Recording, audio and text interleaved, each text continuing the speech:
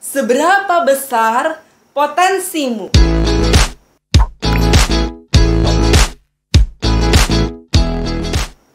Umat yang dikasihi Tuhan, dalam masa pandemi ini, barangkali kita merasa bahwa hidup kita sangat dibatasi.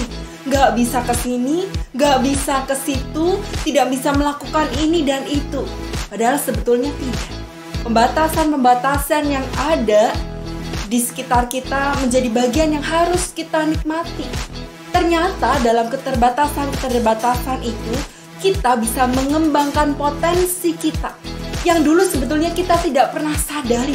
Tapi karena dibatasi inilah justru potensi kita mencuat, justru potensi kita menjadi muncul kembali. Ingat lagi berapa banyak di antara Anda yang udah bisa cukur rambut sendiri, atau sudah bisa bikin roti sendiri, bisa bikin dessert sendiri, atau juga bisa menulis refleksi sendiri bahkan. Wow, ada begitu banyak potensi yang ada dalam pembatasan-pembatasan yang hari-hari ini kita jalani. Oleh karena itu, umat yang dikasihi Tuhan, jangan kecil hati.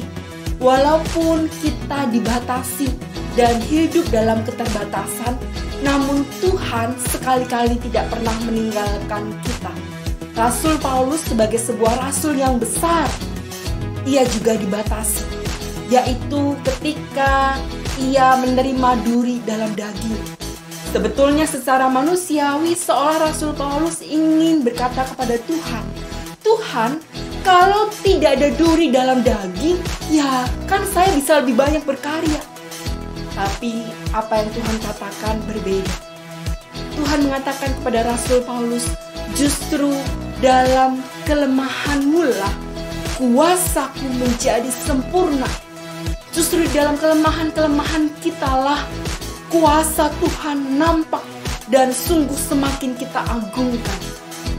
Umat yang dikasihi Tuhan, keterbatasan di satu sisi menjadi sebuah kesadaran bahwa kita ini begitu lemah, tetapi di sisi lain juga menyadarkan kita betapa Tuhan itu hadir, mendorong kita untuk terus berkarya, bahkan memberikan pada kita kemampuan untuk menggali potensi-potensi yang selama ini kita tidak pernah sadari.